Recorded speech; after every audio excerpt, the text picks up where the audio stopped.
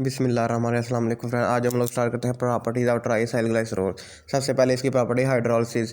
तो हाइड्रोलिसिस ट्राइसाइलग्लाइसरोल की जो है ना एंजाइमेटिक हाइड्रोलिसिस होती है, तो जिसकी वजह से इसकी ब्रेक डाउन होती है फ्री फैटी एसिड और ग्लाइसरोल में। ट्राइसाइलग्लाइसरोल ब्रेक डाउन होता है फ्री फैटी एसिड और ग्लाइसरोल में, ठीक है। तो ये हाइड्रोलिसिस किसके ज़रिए होती है? लाइपेजेज एंजाइम्स के ज़रिए, ठीक है। इससे जो है ना फ़ैट की डाइजेशन होती है जीआई ट्रैक में, और फैट की मोबिलाइजेशन होती है एडिपोज टिश्यू की तरफ, ठीक है। सबसे पहले ट्राइसाइलग्लाइसरोल टूटता है फ्री फैटी एसिड में, ग्लाइसरोल में। तो ये करवाता कौन है? लाइपेजेज करवाते हैं इंटेस्टाइन के अंदर, ठीक है। फैट की डाइजेशन होती है लाइपेजेज के ज़रिए, फिर फैट मूव करता है एडिपोज टिश्यू की तरफ, ठीक है। Saponification the hydrolysis of triacylglycerol by alkali to produce glycerol and soap. इसके अंदर क्या होता है? हाइड्रोलिसिस होती है ट्राइसाइलग्लाइसरोल की अल्कली के ज़रिए, ठीक है, जो प्रोड्यूस करता है ग्लाइसरोल और सोप। इसमें ग्लाइसरोल और फ्री फैटी एसिड प्रोड्यूस हो रहे थे, इसमें ग्लाइसरोल और सोप। तो triacylglycerol plus 3NaOH glycerol plus soap बन जाएगा, ठीक है। तो रेंसिडिटी क्या होती है? Rancidity is the term use to represent the deterioration of fat and oil resulting in unpleasant taste. Rancidity कहते हैं कि जो है ना टेस्ट ख़राब हो जाना फैट और ऑयल का, ठीक है। तो fat containing unsaturated fatty acid are more susceptible to rancidity.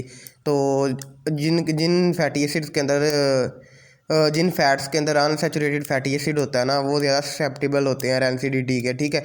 Rancidity होती कब है? Occur when fat and oil are exposed to air. मतलब कि जब ऑयल और फैट जो है ना एक्सपोज हो एयर में, मॉइस्चर, नमी की वजह से, लाइट की वजह से, बैक्टीरिया की वजह से, ठीक है। आगे इसकी दो टाइप है, hydrolytic rancidity, oxidative rancidity. Hydrolytic rancidity क्या होता है? Due to partial hydrolysis of triacylglycerol by bacterial enzymes.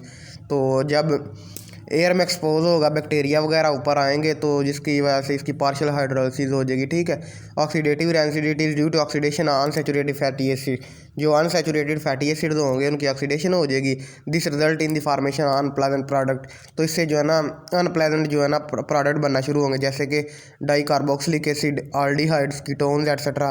Rancid fat and oil are suitable for human consumption, unsuitable for human consumption. तो ये जो है ना रेंसिड फैट और ऑयल जो है ना, ये सूटेबल नहीं है ह्यूमन कंजप्शन के लिए, ठीक है। Antioxidants the substance which can prevent the occurrence of oxidative rancidity are known as antioxidant.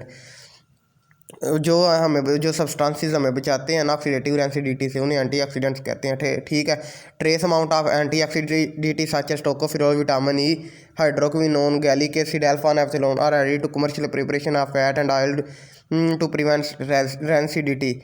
ये जो है ना vitamin E, hydroquinone, gallic acid, alpha naphthol, ये जो है ना जब फैट और ऑयल की प्रिपरेशन होती है ना, तो ये हमें इनके अंदर ये ऐड किया जाता है, ये हमें रेंसिडिटी से बचाते हैं, ठीक है। Propyl gallate butylated hydroxyanisole, BHA and BHT और the antioxidant used in food preservation. इससे जो है ना फूड की प्रिजर्वेशन की जाती है।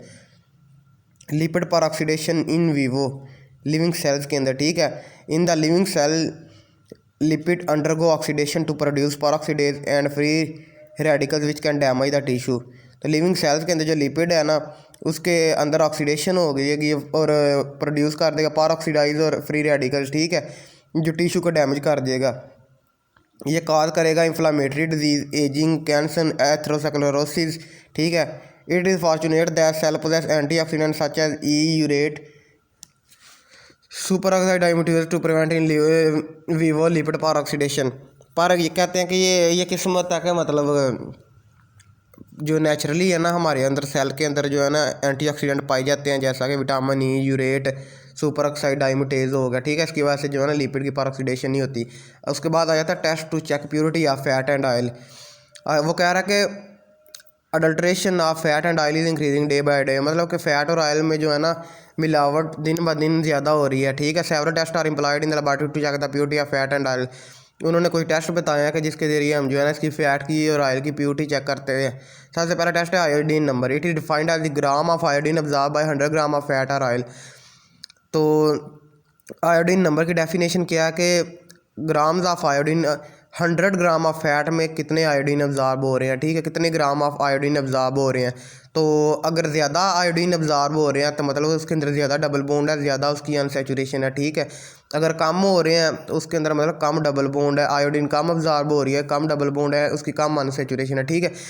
Iodine number is useful to know the relative unsaturation of fat and is directly proportional to content unsaturated. वो यही बात कर रहा है कि डायरेक्टली प्रोपोर्शन है, जितने फैट आयोडीन अब्जॉर्ब हो रहे हैं ना तो उतनी ज़्यादा अनसैचुरेटेड फैटी एसिड हो गए, ठीक है।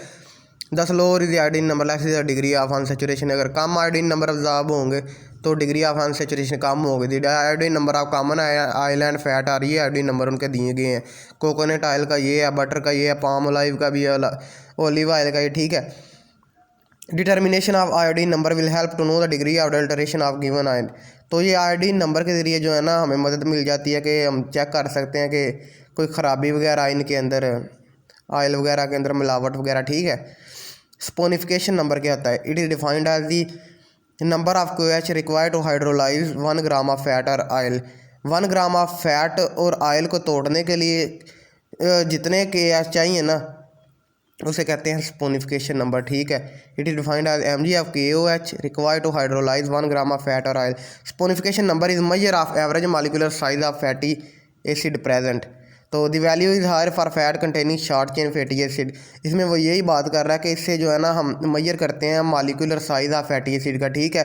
तो अगर ज़्यादा हमारे KOH लग रहे हैं ना, ज़्यादा नंबर ऑफ़ KOH लग रहे हैं, मतलब कि उनकी शॉर्ट चेन है और ज़्यादा फैटी एसिड है, ठीक है। तो अगर कम हमारे KOH नंबर लग रहे हैं, मतलब कि उसकी लॉन्ग चेन है, कम फैटी एसिड है, ठीक है। The saponification number of few fat and oil given human fat, butter, coconut oil, ये आगे दिए हुए हैं। उसके बाद आता है RM number. It is defined as the number of ml 1.1 n KOH required to completely neutralise the soluble volatile fatty acid distilled from 5 gram fat. मतलब कि 5 ग्राम फैट से जितने जो है ना फैटी एसिड निकलते हैं ना, उन्हें न्यूट्रलाइज करने के लिए जितने KOH चाहिए ना, तो उसे हम कहते हैं RM number. RM number is useful testing the purity है, मतलब ये बटर की टेस्टिंग वगैरह के लिए यूज़ होते हैं, ठीक है। इससे हम पता कर सकते हैं कि बटर में कितनी ख़राबी है, ये वही सारा सिस्टम उन्होंने बताया हुआ है। RM नंबर इसका ये है बटर का, ठीक है। एक ये बात इसमें बताई हुई है। उसके बाद आता है acid number. It is defined as the number of mg of KOH required to completely neutralise free fatty acid present in 1 gram of fat. उसने यही बताया कि जितना हमें अगर 1 ग्राम ऑफ फैट को जो है ना उसके अंदर जितने फ्री फैटी एसिड है उसे न्यूट्रलाइज करने के लिए जितने KOH चाहिए ना उसे कहते हैं एसिड नंबर। नॉर्मल सर्कमस्टेंसेस में जो है ना refined oil should be free from any free fatty acid. Oil on decomposition due to chemical और bacterial contamination produce free fatty acid, therefore oil will increase acid number आन से for human consumption, ठीक है। तो इसमें वही यही बात बताई है कि इन्होंने कि जो है ना 1 ग्राम फैट और ऑयल के अंदर जितने फैटी एसिड प्रेजेंट होते हैं ना उसको न्यूट्रलाइज करने के लिए कितने चाहिए, वो ये एसिड नंबर होता है, ठीक है।